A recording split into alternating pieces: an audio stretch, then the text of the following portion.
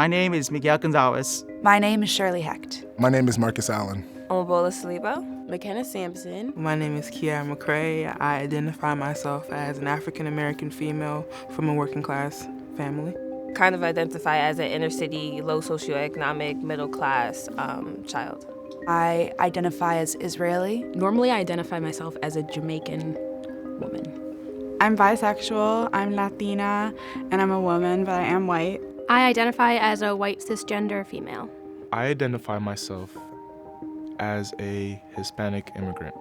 I am a Black immigrant, working class woman. My name is Quinton Casillas. I'm a queer Latino man on a college campus at the College of New Jersey. I am TCNJ. I am TCNJ. I am TCNJ.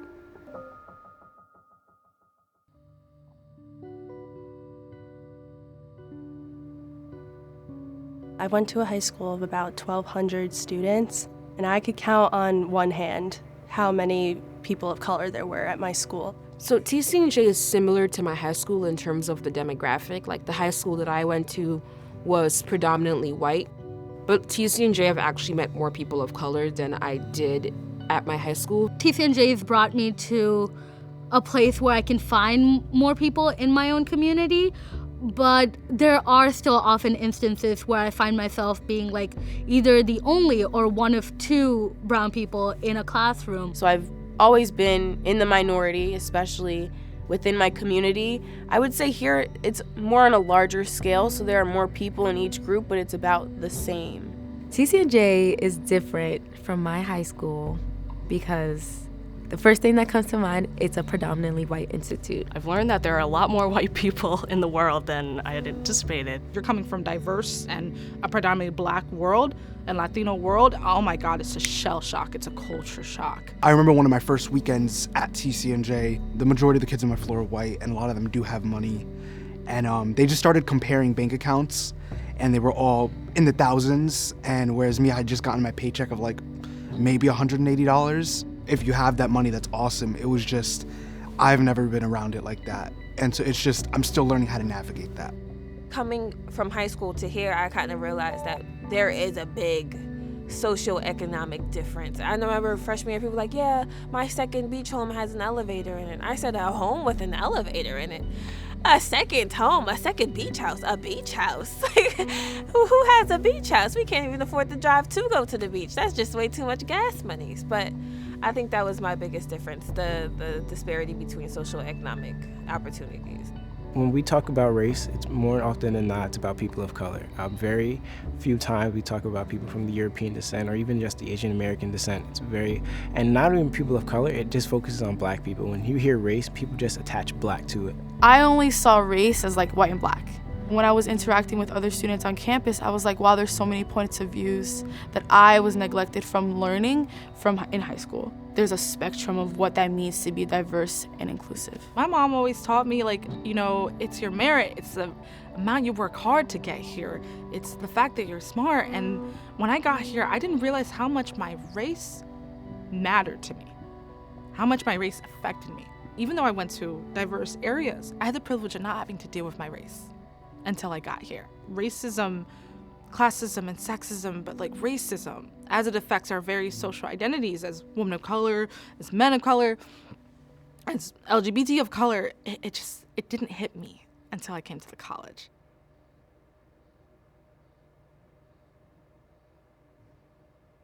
Whether it's in my classrooms, meetings that I go to, just having a typical conversation with my friends, race is definitely one topic that always comes up. I would say every single day I have to think and talk about race because my race is very prevalent. That's who I am. It's the first thing you see is my skin. I feel like within TCNJ, because it is a predominantly white institution, a lot of the white people come from places where they may never have met people of color, whether they be Black, white, Asian.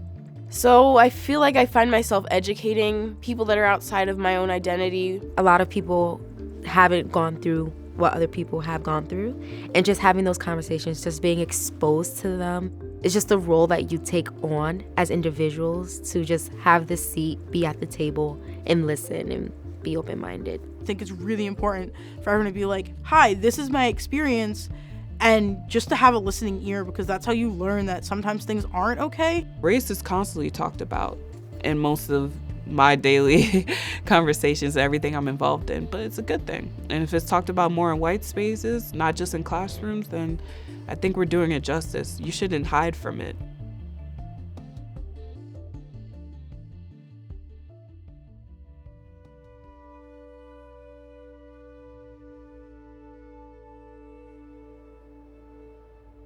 I think often people choose not to have race and ethnicity as a conversation that they have in their college career because they feel uncomfortable with it. A lot of times there's this fear that you're going to say something that makes you look ignorant, or you're going to say something that makes you look like a racist. It can just be a really tough subject to bring up, just in general. I mean, even when you do talk about it, everyone gets that tense, the tension in the room is created, and no one really wants to say anything. Definitely someone's not a minority. White students feel attacked mostly when we talk about white privilege and white supremacy, because not every white student is racist. They just know they may be lacking a knowledge, and therefore they don't want to participate in certain conversations. Having conversations about race is very uncomfortable. And it's very uncomfortable on both sides. It's not just uncomfortable for a white person, it's uncomfortable for a black person, a Latino person, an Asian person. It's not, if you're coming from a world that doesn't talk about it that much and you're coming into a college that talks about it a lot, I think the importance of having that conversation of race is you learn from other people. You learn how race affects other people. You engage in that conversation. You engage in what it's like to be a minority in America. What it's like to be a minority in a PWI. For example, when I walk into a room, they automatically see me as a black and Latina one. They don't see anything else. And having that conversation of race really analyzes why that's the case. I don't like making it just a big issue. Even though I know it is, I just don't like making it an issue that I need to talk about. And I tend to stay away from it. Not that I'm afraid to lose friends to talk about these issues, it just hurts to lose friends. I feel that I bring an impact with me everywhere I go, because I like to make people uncomfortable and just take them out of their comfort zone and talk about things that they're not used to. And I do that often in student government, which is also predominantly white. And I often just tell them, don't you think that event that you're planning is non-inclusive? And I know a lot of people don't like me because I address them how they need to be addressed. And that's okay. That's okay. We're all growing, and this is college. And I know I make people uncomfortable, and that's okay too. Because if I don't do it, then who's gonna teach the students about what they need to know?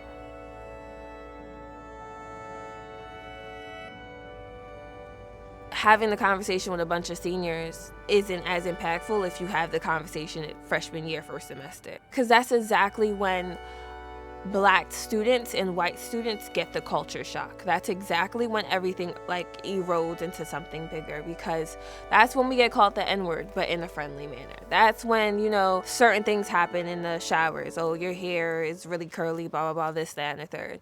People say certain things to you. So when you speak about the issues that we have going on early and attack the questions, it won't lead to bigger things.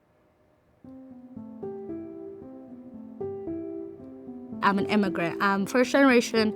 I moved here 5 years ago, so really recent. I'm Indian and I'm a woman. At face value, I'm a Black woman, I must be American, and I'm probably from an inner city, and a lot of people assume I'm EOF. Talking about race at TCNJ is something I believe that I've had to do just because I'm an EOF student. I do believe that it is an extra task that I have to take on and I have to prepare myself to deal with, because I am affected, by that topic. I have to talk about race, you know what I mean? Because I have to understand why what that person said to me made me feel that way. It wasn't explicit, but now I can put a name to it. It was a microaggression, and those type of nuances affect me as a student because I am Black and because I do have, you know what I mean? I do deal with those type of intersectionalities. The racism that a black man or a black woman faces is not the same racism I face.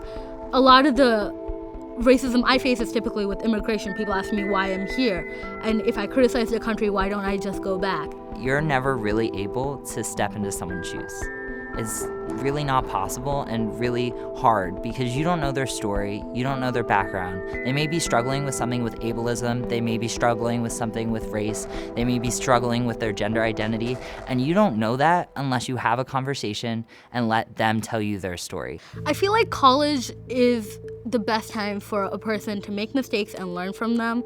Like, I can't say I know everything, because I don't. And nobody knows everything, and you only start learning once you start talking. If students don't ever talk about race, they can't recognize their own privilege, like they can't move forward. I think a lot of people are scared to take that first step. They're scared to ask a question, they're scared to make themselves feel uncomfortable and vulnerable, and I think college is a place to do that. I had a class called Body Image and Society, and it was a really interesting class because we talked about body image, but then we talked about how society will use race specifically to get across tropes and how that will actually kind of snowball into stereotypes. And so a lot of the times people look at you and be like, oh, well, you're black, so you must know all of these things. And it's like, no, not really. Like, I have my personal experiences. So seeing my experiences with the other people's experiences and how they're similar but also different at the same time was interesting. I'm taking a creative writing class, and one of our topics we had to make up lyrics for an instrumental hip-hop song. So it was just the fact that people expect you to say something just because you're black. Just want my professors to know that I'm just the same as any other student. When an issue of race comes up in the class, whether it be talking about current events or history, that you don't have to look towards the minority students in the class. We don't look towards the white students when we talk about white history or white current events, but we tend to turn our heads towards the minority students when something affecting them or their population is talked about in class. Like, I'm just the same as any other student. Sometimes I operate underneath my capabilities, and sometimes I don't do 110% like I should, and that's fine, but that also doesn't mean that I'm succumbing to stereotypes. It just means I'm a college student. We're all the same people, no matter what we look like, no matter where we come from. At the end of the day, we're all people. And the thing that separates us and makes us unique is just the experiences that we've had. Added through, like, we're all the same. Like, we all want friendship and we all want kindness. And I feel like if you seek out, like, good people, I feel like you'll always find them regardless of your identity. I belong here too. Not because I have an accent, because I dress differently, I speak differently, my hair is different than others. That does not mean I'm not a college student like everybody else. And I know I'm an overachieving person. I know I'm always on point, but I also struggle just like everybody else.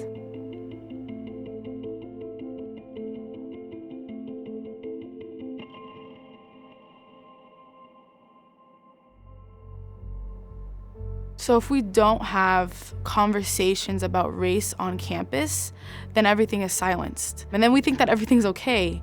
And then it's not okay. I'm glad that right now we're taking initiative in order to see every single student's point of view on what it means to be a TCNJ student.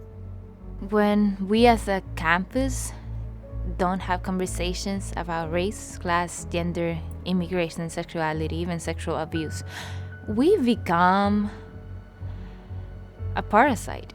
If we didn't have those conversations, this campus would just be another white dot, and our voices would just disappear.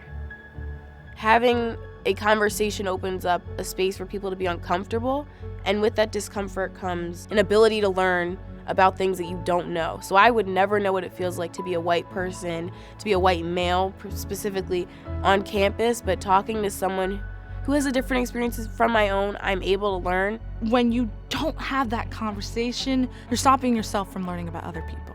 You're stopping yourself from learning. what it means to be an ally, and how can you help advocate, and how can you help fight.